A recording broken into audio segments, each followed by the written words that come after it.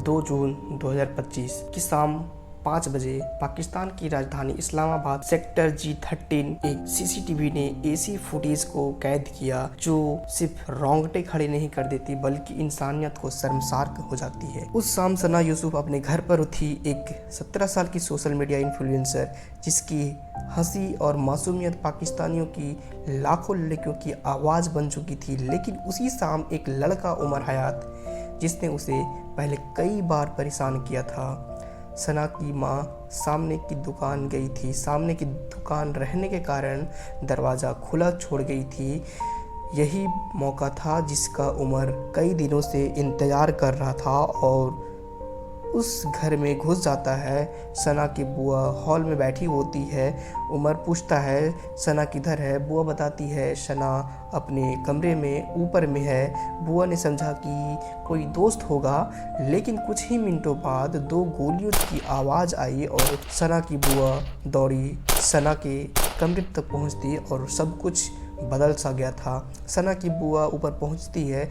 वह सना को खून से लथपथ पड़ी देखी और उमर उसका फ़ोन उठाकर भाग रहा था। उमर हयात 22 साल का एक बेरोजगार लड़का था, झूठी ज़िंदगी जीता था, इसका वीडियोज़ बनाता था और उधार की गाड़ियाँ, किराए की घड़ियाँ और दिखावे की ज़िंदगी जीता था। जब सना ने उसे बार बार मना किया तो उसका अहम, उसकी जहरीली मर्दानगी चकनाचूर हो गया।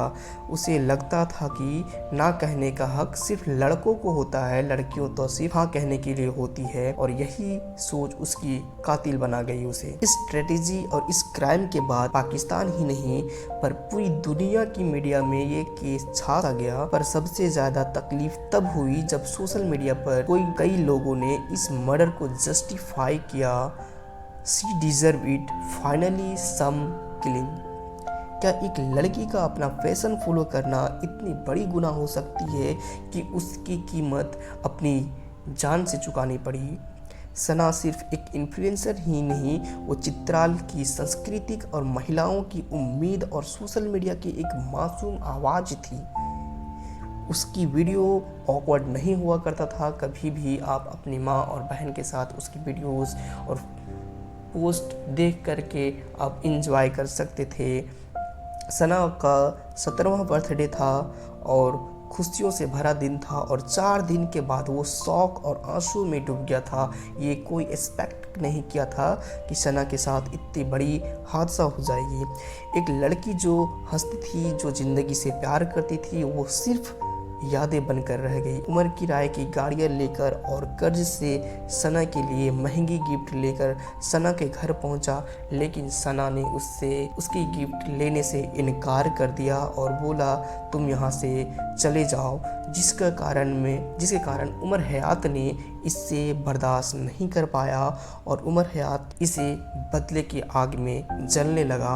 और सना की पोस्ट और सना की वीडियोस इंस्टाग्राम और टिकटॉक और सोशल मीडिया देख करके वो और भी गुस्सा होने लगा कि वो हमारे गिफ्ट को एक्सेप्ट नहीं किया। अपने फ्रेंड्स, अपनी सहेलियों के साथ और अपने फैमिली के साथ एंजॉय कर रही थी और हमारी गिफ्ट को एक्सेप्ट तक नहीं की। उमर को 24 घंटे के अंदर में अरेस्ट कर लिया गया। उसके पास से एक पिस्तौल और सना का फ़ोन मिला।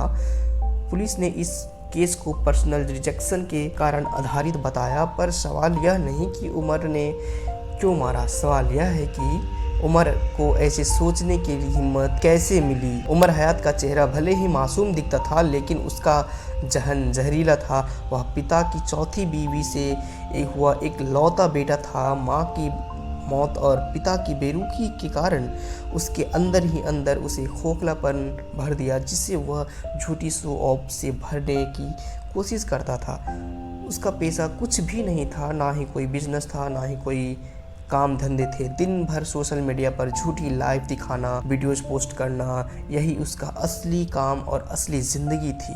पैसों के लिए पिता की ज़मीन बेचकर आईफोन खरीदा, किराए पर गाड़ियाँ ली, फर्जी ब्रांडिंग की और अपने आप को प्रॉपर्टी टाइकून कहने लगा। उसकी असलियत इतनी खोखली थी कि उसके मोहल्ले वाले उससे नफरत करने लगे थे और उससे परेशान होकर उससे दूरियां बनाने लगे थे। और जब उसने सना यूसुफ को प्रोफाइल देखा तो यूं मानो ऑप्शन सा हो गया, एक ऐसी लड़की को पाना जो उससे कहीं ज़्यादा रियल और ग्राउंडेड और प्योर थी। उमर को किसी भी लड़की से ना सुनने की आदत नहीं थी। उसने सना को इंस्टाग्राम ब्रांड डीलिंग के बहाने मैसेज किया। शुरुआत में बात हुई, लेकिन सना ने बहुत ही जल्द पकड़ लिया और उससे दूरियां बनाने लगी और दूरी बना ली। लेकिन उमर जैसे लोगों ने ना नहीं सुनते, वो ना को चुनौती मानते हैं और ये चुनौती उसको कातिल और हत्यारा बना गया। जब स्क्रीन पर हीरो लड़की को थप्पड़ मारता है और वो प्यार मानती है, जब कोई लड़का ना सुनकर भी पीछा करता है तो उसे